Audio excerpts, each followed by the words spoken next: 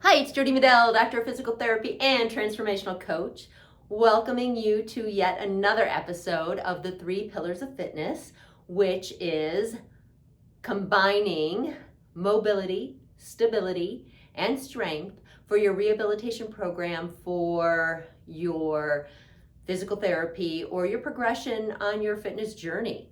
So we started with shoulder mobility a few weeks ago, and then we moved into shoulder stability, and today we're going to focus on shoulder strengthening. The reason we go in this order is that we want to have as much mobility through our shoulder girdle as we can, and then we need to stabilize that with our shoulder stabilizers. Once we have those two pieces in place, then we can add the strengthening. If we just pound on to the strengthening right away without getting mobility and stability in place, we have a couple of problems. One, if we have problematic movement or compensatory movement, we're just strengthening that problem. We're strengthening the compensation.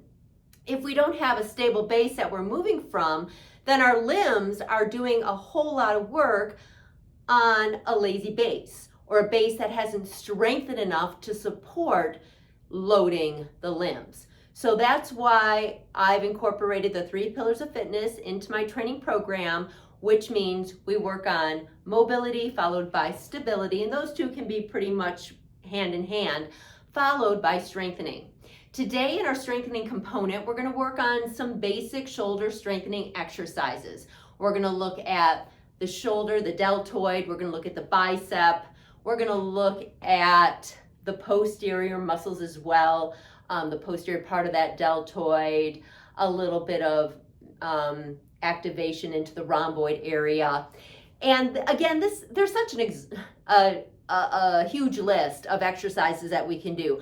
I'm just going to give you some really basic exercises. Today we're going to do what's called open chain exercises. That means that our hands are not planted on the ground, that we're not superimposing body weight to make the muscle activation happen.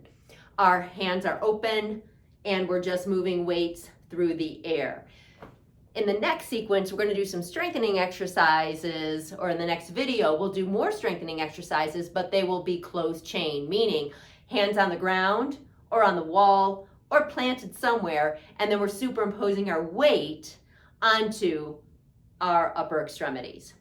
Okay, with all that in mind, let's get going. We're going to start with working on the shoulder girdle with the deltoid muscles. The first exercise I want to introduce to you is a shoulder press. If this is all new to you and you're just getting back into strengthening your shoulder girdle, my suggestion is, one, start with just moving through the air and see how that goes.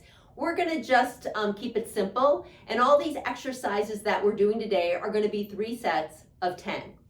And so see if you can do it non-weighted, 3 sets of 10, meaning all the exercises I show you today.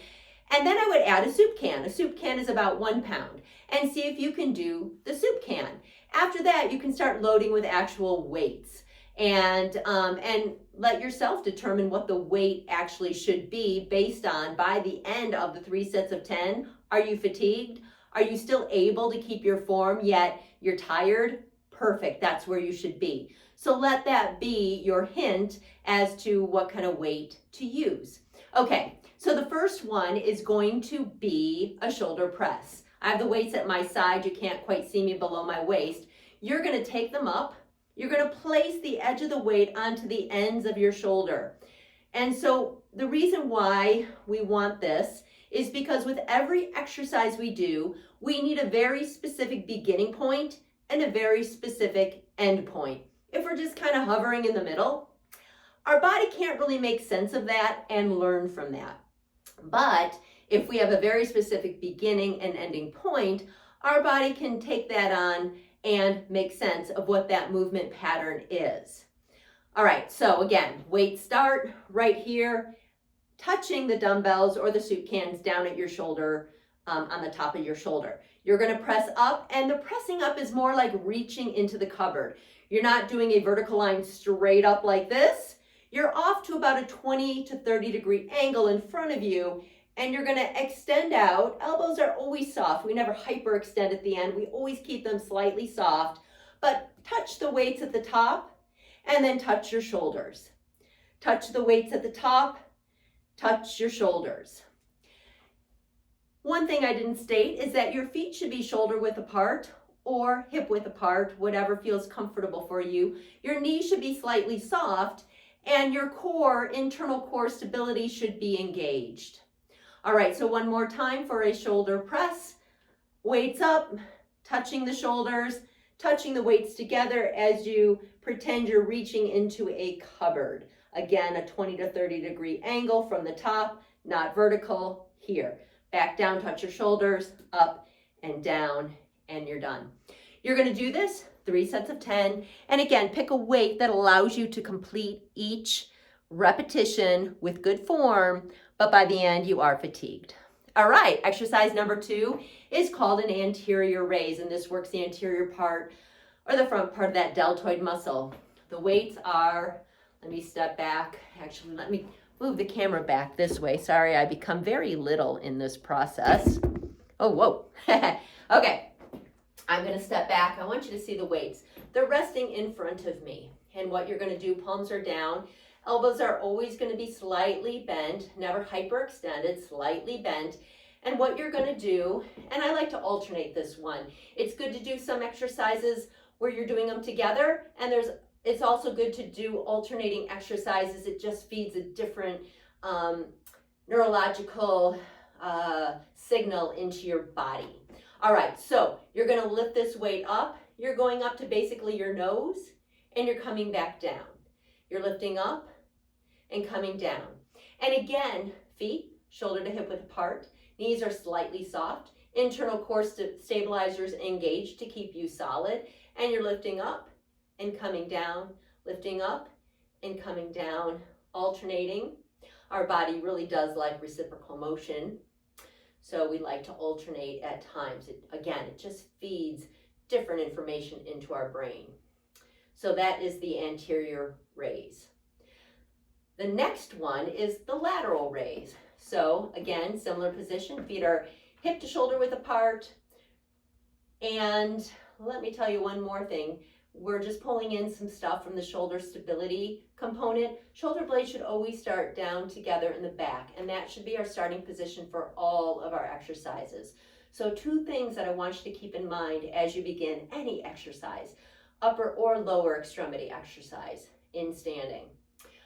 Your core needs to be tight, your internal core stabilizers. Your feet need to be hip to shoulder width apart with your knees slightly soft so that you're a good shock absorber. And your shoulder blades need to be down together in the back, again, engaging your shoulder girdle stabilizers as well. So you've got shoulder stabilizer in action and internal core stabilizer in action before beginning any exercise. Okay, so the next one is the lateral raise. I like to start with my arms into external rotation because that really facilitates shoulder blades down together in the back. So I'm starting with that position. The weights, the soup cans, whatever you're using, the edges are touching.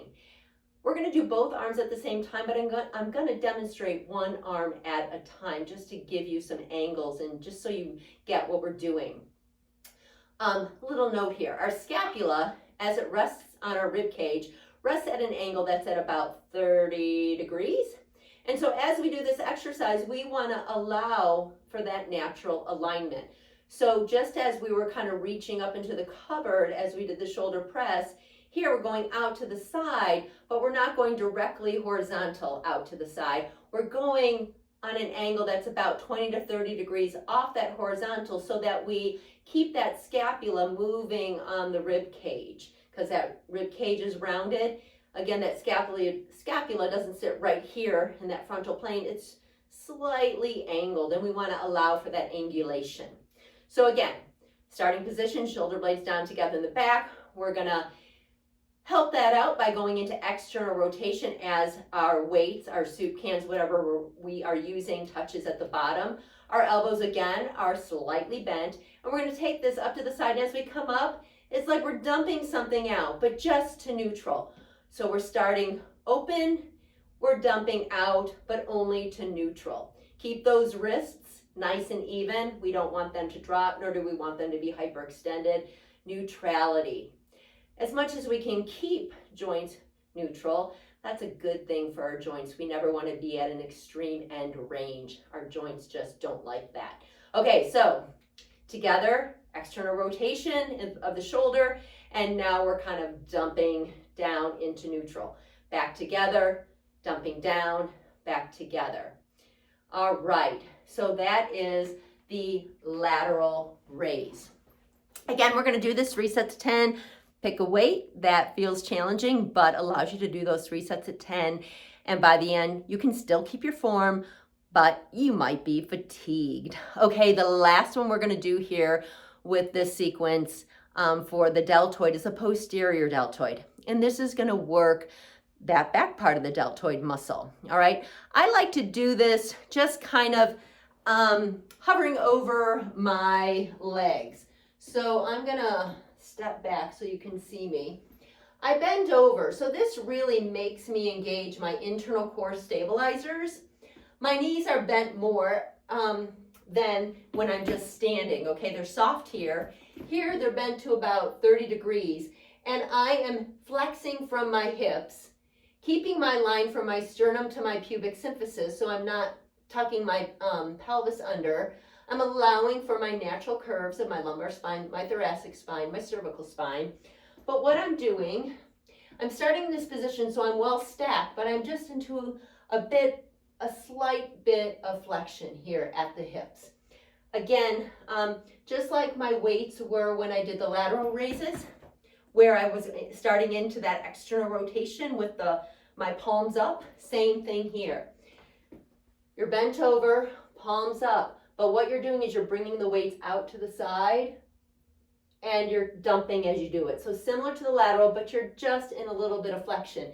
And the more you can go into flexion, as long as you feel comfortable, you're going to get more gravity against you, which will load the weights a little bit more.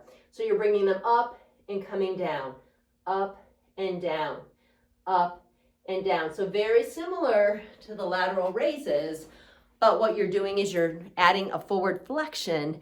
So what that does is or forward flexion from the hips. What that does is change from this lateral raise, which gets the medial part. As you go forward, gravity is now hitting you here. So you're getting that posterior aspect of your deltoid. Super important, again, shoulder blades down together in the back. And you're really going into more external rotation here. So you're starting with those weights with your hands open, and then as you come up, then you can go to neutral. All right, one more exercise here. Actually, I want to do 2 more. The next one is just a basic bicep curl. A lot of times when we hurt our shoulders, that bicep muscle gets involved. So we want to start light, work up to heavier, but we really need to re-strengthen then that bicep muscle. The way we do that, there are a couple ways, but I'm just going to show you the one basic exercise. And again, I'm going to have to back up so I become small, but weights are at my side. My feet again are shoulder width, hip width to shoulder width apart. Knees are slightly soft. I'm engaging my internal core stabilizers. I'm engaging my scap stabilizers, keeping my shoulder blades down together in the back. And what I'm doing is bringing the weight up, bending at the elbow only, and I'm going into supination. So I'm starting out with my hands at my side, but I'm opening up, I'm receiving, okay? And you can do this alternating one side, another side. Again, I like to change it up. You can do both at the same time.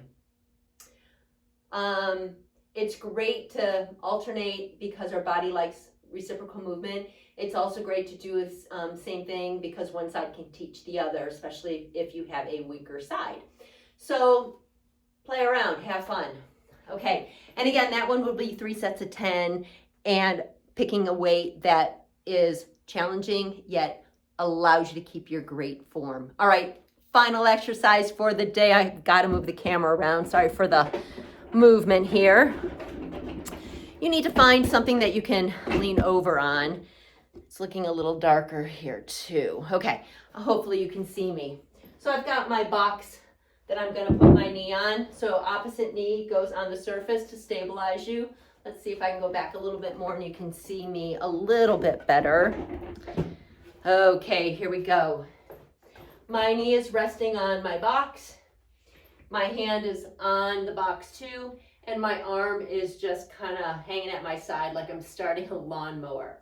All right, I'm keeping my internal core stability by keeping this line from sternum to pubic symphysis, honoring the curves of my spine. I'm just going into hip flexion to allow me to lean over. What I'm doing is the weight is hanging straight down and I'm pulling again. Don't forget about shoulder blades down together in the back so that you've engaged shoulder stability as well as internal core stability. And you're just gonna lift that elbow up, pulling the weight to the side of your chest towards your lat muscles. And then you're letting it go down. Pull up and down, up and down, up and down. And again, the challenge to all these exercises is that you are engaging. I'm going to turn this around so that I become lighter and you can see me. There we go. So again, it's really important that we honor the progression of range of motion, right? Movement, mobility, stability, that we've created that stable base to move on. We're using that stable base and now we're starting to load it by loading our extremities. All right, I hope you have fun with these exercises. Play around, whether you do one at a time, both, have fun with it. I say 3 sets of 10, it's a place to start. If there's another number that feels good for you, go for it. But again, by the last rep, you should still have good form, but you should feel it, you should be fatigued. Next time round, we're going to talk about strengthening exercises for the upper extremity with hands on the ground. So closed chain, meaning we're moving our body on top of our planted hands, whether they be on the wall, on a bed, on the ground, whatever. Okay, have a fabulous day, and I'll see you soon. Bye.